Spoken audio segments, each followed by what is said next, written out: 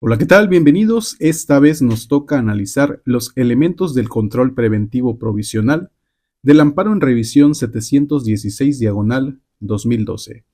Un hombre denunció que le quitaron su auto y que la persona que lo hizo tenía un artefacto de fuego consigo, que ocurrió en las inmediaciones de Ciudad Juárez, Chihuahua. Esto en enero del 2010. En atención a la denuncia, la Procuraduría de Chihuahua inició una carpeta de investigación.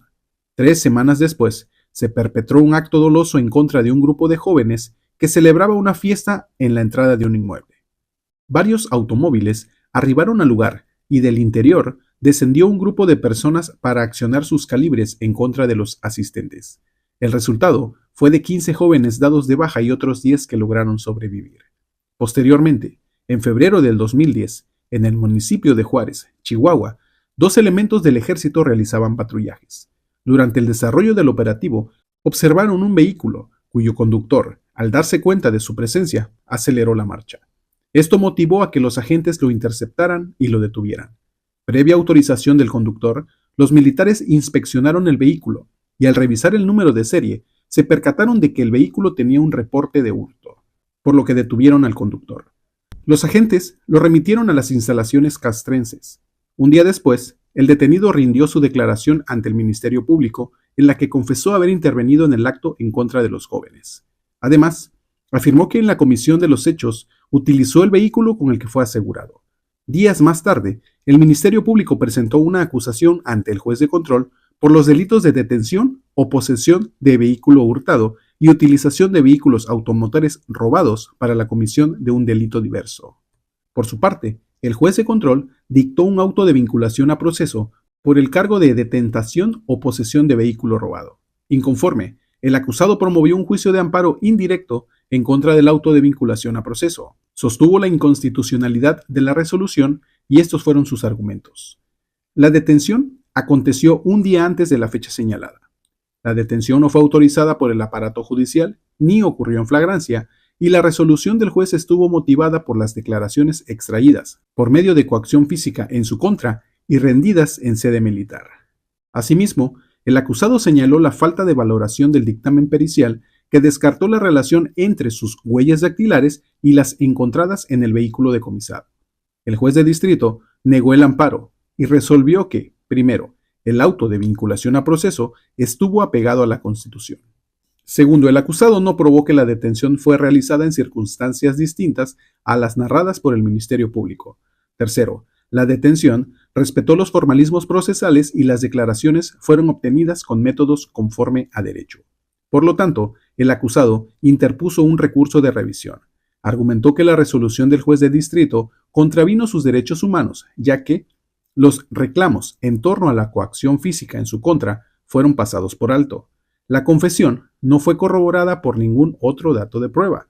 Las declaraciones rendidas ante autoridades distintas a la judicial fueron opuestas al principio de inmediación y, por último, la asignación de funciones de seguridad pública al ejército es contraria al artículo 129 constitucional.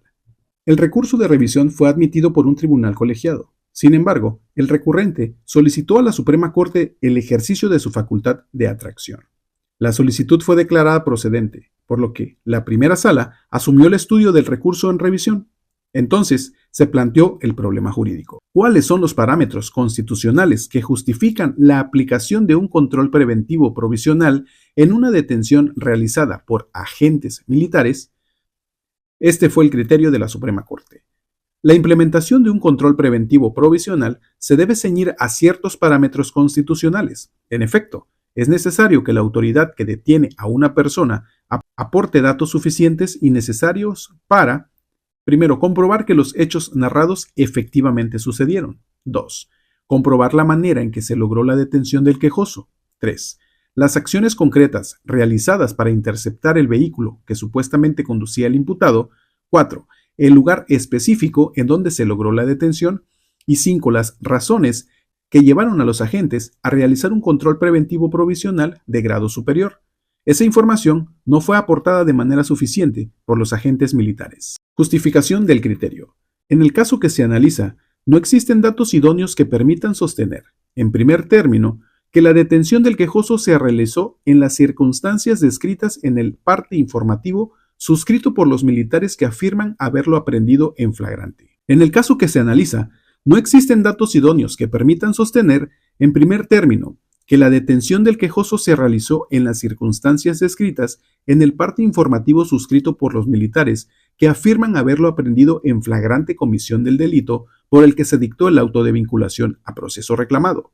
En segundo, tampoco existen datos que permitan afirmar, ni siquiera justificar, la apertura de una investigación ministerial bajo control judicial, que la supuesta intervención de los militares obedeció a una conducta que diera lugar a tener por demostrada la sospecha razonada de que estaba cometiendo un delito en flagrancia y que por ello, al notar la presencia de los miembros de la milicia, optara por imprimir mayor velocidad al vehículo que conducía con la finalidad de evadirse.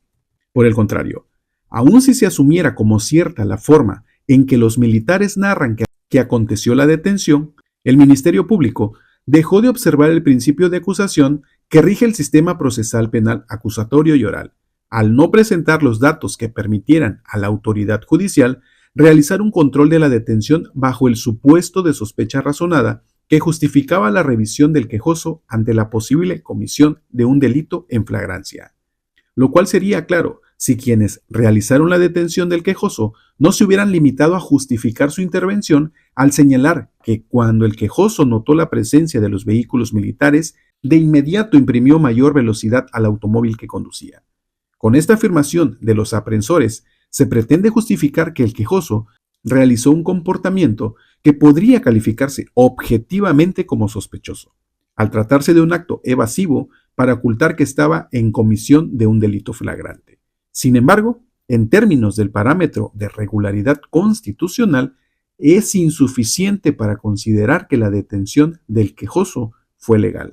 La comprobación de la razonabilidad en una detención que se realiza bajo el supuesto de sospecha de que la persona está cometiendo un delito en flagrancia que pretende ocultar requiere que la autoridad que realiza la detención en el informe que presente ante el Ministerio Público explique con claridad y exhaustividad los motivos que motivaron su intervención, así como las acciones que implementaron hasta lograr la captura del sospechoso, de lo cual no se tiene información en el auto de vinculación reclamado, pues solamente se parte de la estimación como hecho probado de actitud sospechosa que el imputado pretendió evadirse cuando se percató de la presencia de miembros del ejército, al imprimir mayor velocidad al vehículo que conducía.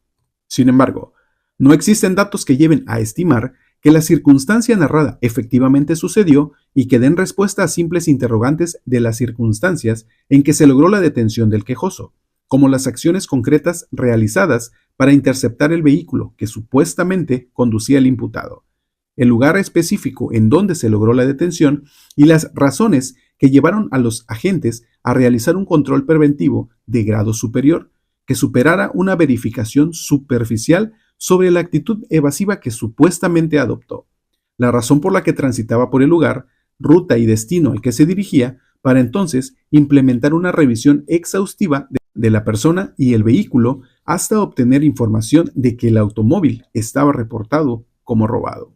De ahí que, si bien la autoridad tiene la posibilidad de hacer indagaciones bajo el marco jurídico y conforme a las atribuciones que legalmente justifiquen su proceder, esta primera sala recuerda que corresponde a la autoridad acreditar el hecho delictivo imputado bajo cualquier supuesto, lo que tiene estrecha relación, además, con el principio de presunción de inocencia.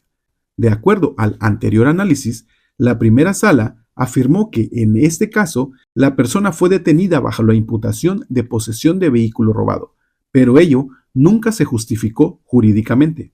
Antes bien, el Ministerio Público expuso que no podía sostener tal imputación. Tampoco se justificó de modo alguno que hubiera una causa objetiva y razonable que lo relacionara con otro hecho ilícito. Por tanto, no se justificó la aducida revisión que conllevó a la detención de la persona.